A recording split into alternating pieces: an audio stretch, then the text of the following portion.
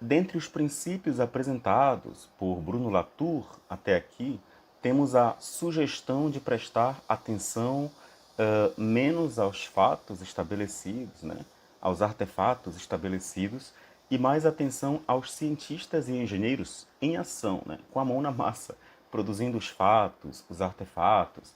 Porque, na medida em que as coisas vão passando, né, de mão em mão, vão sofrendo transformações conforme os interesses de quem está recebendo isso, né? Por exemplo, quando alguém transmite uma ideia a outra pessoa, essa ideia não pousa ali em um terreno vazio, mas vai ser interpretada, modificada, conforme os interesses e aspectos culturais dessa outra pessoa. Então, cientistas e engenheiros estão interessados, evidentemente, em que todos adotem suas ideias com o mínimo possível de modificações.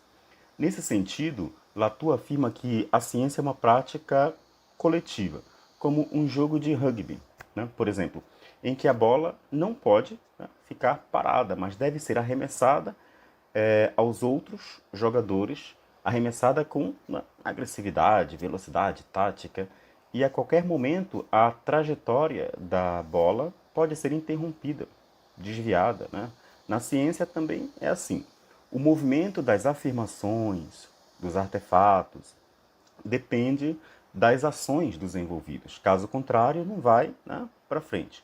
Ou seja, o destino de uma afirmação não depende somente de um ator, né, mas de toda essa movimentação entre dezenas, centenas e até mesmo milhares de atores.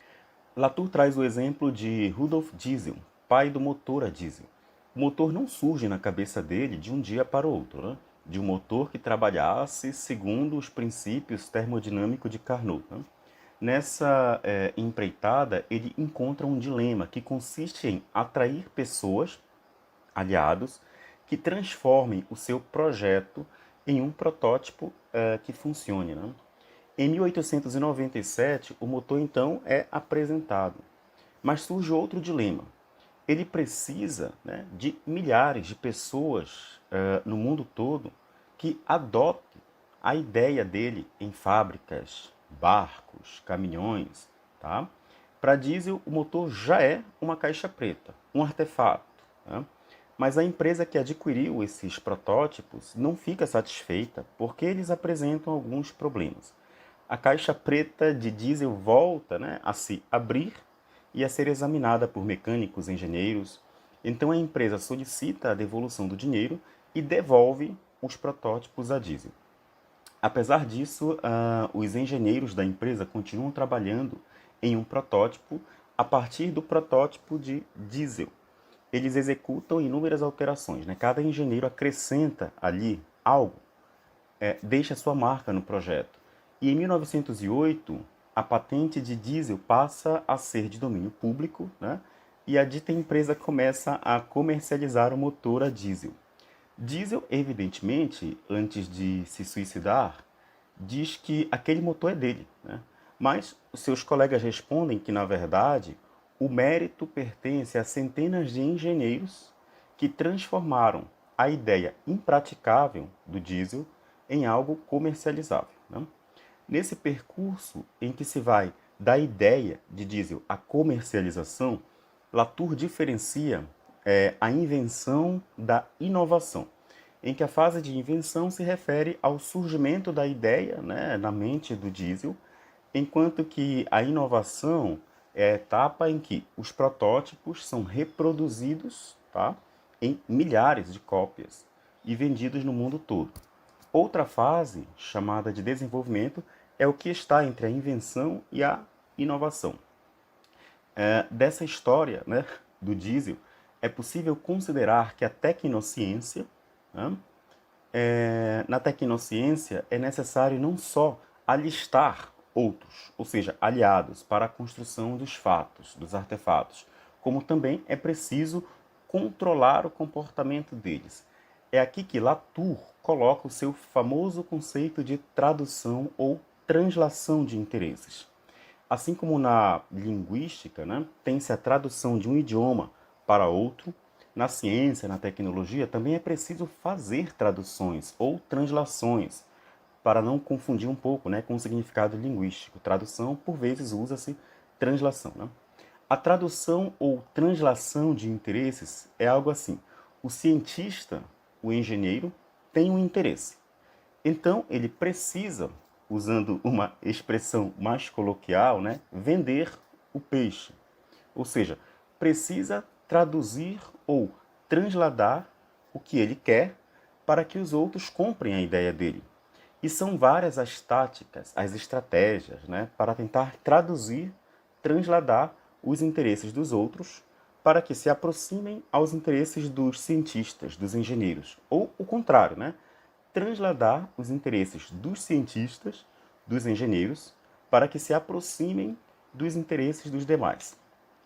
A primeira translação, Latour chama de "eu quero o que você quer". Aqui Latour diz o que considera como sendo um interesse, né?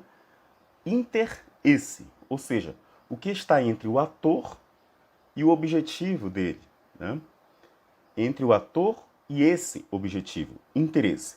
Então, nessa primeira translação, eu quero o que você quer, a pessoa muda um pouco, adapta o seu objeto de interesse para atender aos interesses dos demais. Exemplo, Franz Boas, né, um antropólogo aí muito conhecido. Ele se mete em discussões no Congresso dos Estados Unidos sobre o determinismo biológico no século passado. O Congresso havia proibido a imigração de pessoas com genes defeituosos. Outra antropóloga, Margaret Mead, no mesmo período, demonstra que numa ilha a biologia não causa a crise na adolescência, porque o determinismo cultural é bastante forte, né? Boas se interessa nisso. Boas e outros antropólogos, na verdade, endossam Mead. Então, Mead está conseguindo aliados na construção desse fato. Freeman, outro antropólogo, é contra o determinismo cultural e tenta soterrar, digamos assim, a tese de Mead. Então, evidentemente, ele também conta com aliados, né? Que são os sociobiólogos. Eles sempre tropeçam nessa observação de Mead. Porém, a campanha que eles fizeram, junto às editoras, né, e outros meios de comunicação, quase puseram a reputação de Mead em risco.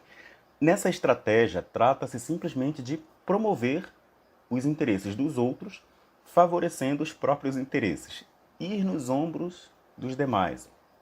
Há desvantagens nisso, né? Porque não se pode controlar totalmente o que os demais irão fazer com as afirmações dos cientistas. Inclusive, as contribuições dos demais podem até mesmo marginalizar a contribuição inicial, como aconteceu com Diesel, né? Latour cita o exemplo do microbiologista Pasteur, responsável aí por uma vacina contra a cólera. Na época, o que ocorre? A vacina cura algumas, né, galinhas. E isso imediatamente chama a atenção de grupos poderosos, como fazendeiros, né, e etc. Isso leva os grupos a concluírem, de modo apressado, que Pasteur tem o princípio de cura de todas as doenças dos homens e dos outros animais. Mas isso não convence os médicos, que consideram o trabalho de Pasteur duvidoso, prematuro, né? Isso acaba queimando um pouco, digamos assim, Pasteur. Então, por isso, Latour conclui que alimentar os interesses explícitos dos outros não é muito seguro. E cita outras estratégias, né? A segunda translação é "eu quero, por que você não?". Isso significa que a pessoa vai atrair as outras para que a sigam na construção das suas afirmações, ou seja, para que elas se afastem do próprio caminho e sigam o caminho da pessoa, né? Segundo Latour, não há razão na face da Terra para que alguém largue o seu caminho e siga, né, o caminho de outra pessoa, a não ser que o próprio caminho esteja obstruído. Latour dá o exemplo de um milionário, né, que gosta de filosofia e está interessado em financiar uma pesquisa que descubra os neurônios associados aos raciocínios indutivo e dedutivo. Então, ele conversa com os cientistas que consideram essa ideia um sonho prematuro. Mas os cientistas convencem o milionário a criar uma fundação privada que estude os neurônios, o comportamento infantil e também os comportamentos de animais diversos. Os cientistas acabam atraindo o milionário para que ele venha pelo caminho dos cientistas, já que o dele está obstruído, é impossível, digamos assim. Latour chama a terceira translação, né, ou tradução de se você desviasse um pouquinho, né, ou pegasse um atalho. Nessa estratégia, as pessoas têm um caminho para o objetivo delas, mas um caminho um pouco longo. Né? Então, elas só alcançarão seus objetivos mais rapidamente se desviarem um pouco para um caminho mais curto, mais sinalizado. E é isso que o cientista vai tentar oferecer. Né? No exemplo do milionário que queria investir na descoberta dos neurônios associados aos raciocínios indutivo e dedutivo, os cientistas podem dizer que aquilo não é para agora, né? Que o milionário pode começar investindo em pesquisas sobre o comportamento da acetilcolina nas sinapses, né? E posteriormente poderá compreender as habilidades cognitivas do ser humano. Mas há desvantagens nessa estratégia. Por exemplo, o caminho principal dos possíveis aliados pode não estar obstruído. Ou essa obstrução pode não ser evidente para eles. E eles não vão querer, né, seguir o caminho proposto por outra pessoa. Na quarta translação, Latour fala de reorganizar os interesses e os objetivos e algumas táticas para superar, né, as desvantagens da terceira translação. O principal obstáculo da terceira translação, né, como vimos, é que as pessoas têm certeza de seus objetivos.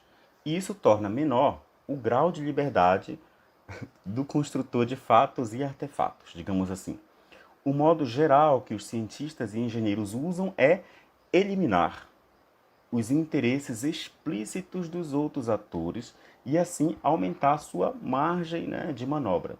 E Latour continua mostrando táticas para isso, vários exemplos.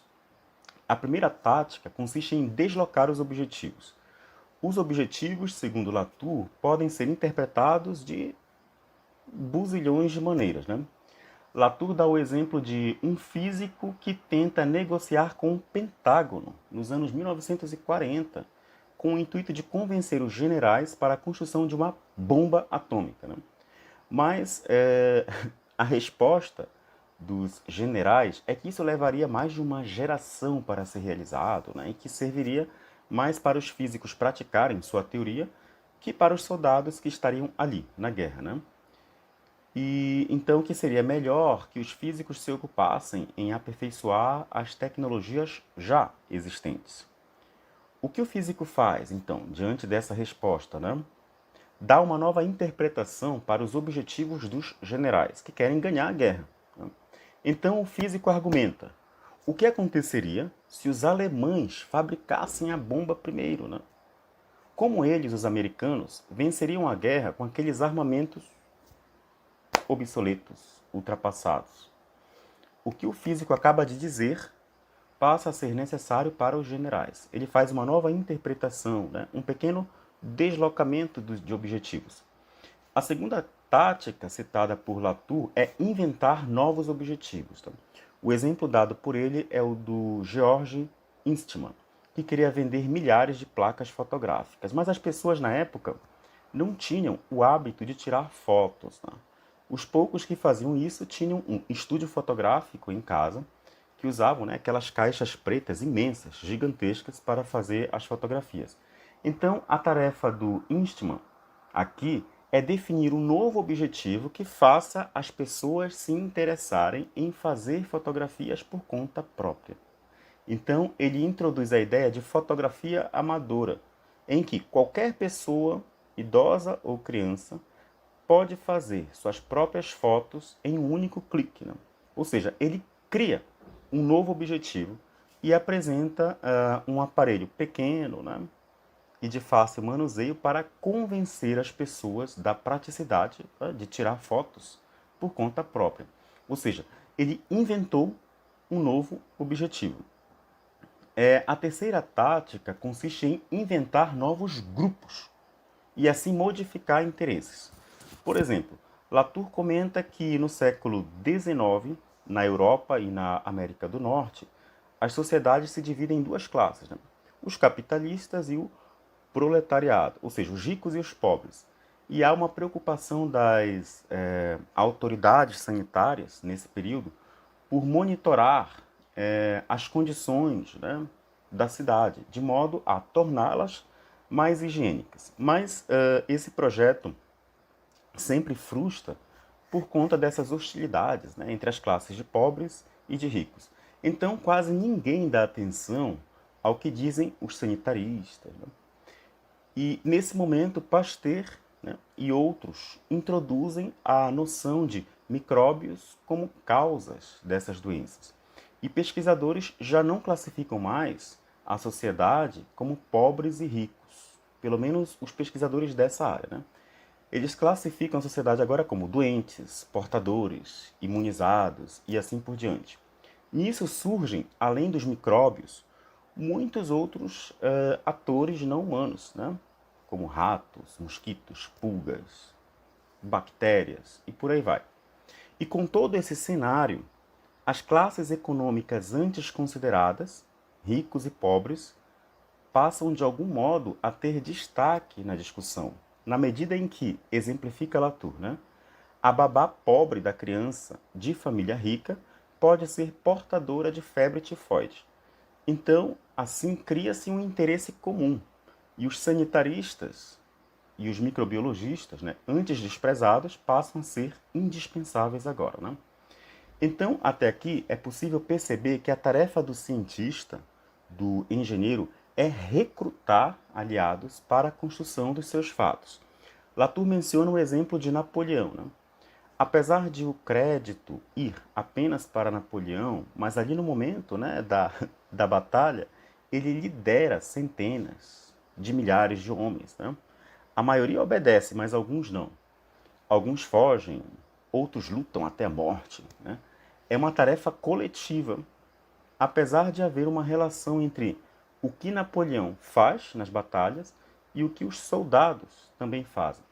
Todas essas táticas mencionadas, apenas para relembrar, né, visam superar os obstáculos da terceira translação, quando o caminho principal dos possíveis aliados não está obstruído, ou quando a obstrução não é muito evidente. A última translação, na verdade, é consequência de todas as quatro. Porque, na medida em que a afirmação do cientista, né, do engenheiro, se difunde, né, no tempo e no espaço, então ela vira uma caixa preta. Então ele, o cientista, o engenheiro, se torna indispensável, que é precisamente a quinta translação. Torne-se indispensável. Mas não basta, evidentemente, alistar pessoas, né, para que acreditem na sua caixa preta. Também é preciso que elas mantenham inalterada a caixa preta, que não deem novas interpretações. Por exemplo, a segunda parte do capítulo 3 trata precisamente sobre isso, como tornar previsível o comportamento dos aliados. Primeiro, é preciso amarrar todos esses elementos muito bem. E Latour se refere tanto aos atores humanos quanto aos atores não humanos, né? Todos os aliados, né, para que essa reunião, né, essa máquina, torne-se permanente. Se os atores humanos, por exemplo, começam a discordar da caixa preta, da máquina, passam a questionar, e quanto aos atores não humanos, por exemplo, se no filme fotográfico do Eastman formam-se bolhas ali, já era, né, o empreendimento. Um elo a menos na cadeia, né, como diz Latour.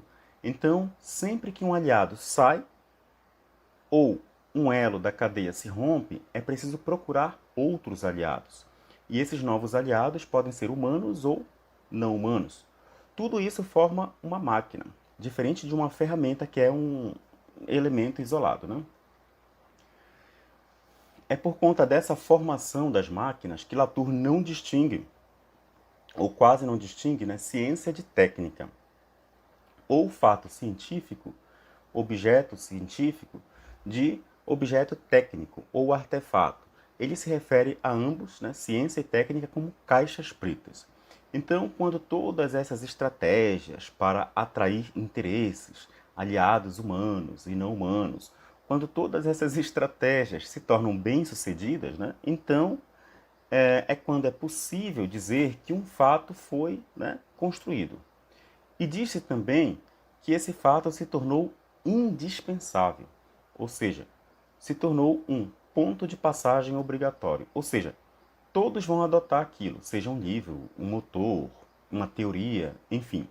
Uma caixa preta é um todo bem amarrado, né? E a partir disso é possível traçar tanto um sociograma quanto um tecnograma, ou seja, as pessoas envolvidas em todo esse trabalho e também todos os objetos, peças, ferramentas envolvidos. Bom, diante de todas essas, né, movimentações, negociações entre aliados e tudo mais, é evidente, segundo Latour, que não podemos perguntar ainda do que realmente é composta a sociedade, uma vez que a sociedade apenas fica estável quando a controvérsia encerra, ou seja, quando se formam as caixas pretas. Então, como o encerramento da controvérsia é a causa da estabilidade, né, social, não podemos usar a sociedade para explicar como e por que a controvérsia foi encerrada. Veja que isso é semelhante à terceira regra metodológica do Bruno Latour, né, que vimos na aula passada. A terceira regra é algo assim, né? Como o fechamento da controvérsia, a resolução da controvérsia é a causa da representação, né, da natureza, antes disso não sabemos o que é natureza, né? Como o fechamento da controvérsia é a causa da representação da natureza, então não podemos usar, né, a própria natureza para explicar como e por que a controvérsia foi encerrada. Latour coloca então natureza e sociedade no mesmo barco, digamos assim, porque ele defende, né, que devemos considerar as duas simetricamente quando alistamos recursos humanos e recursos não humanos para lidar com essas controvérsias. Até a próxima.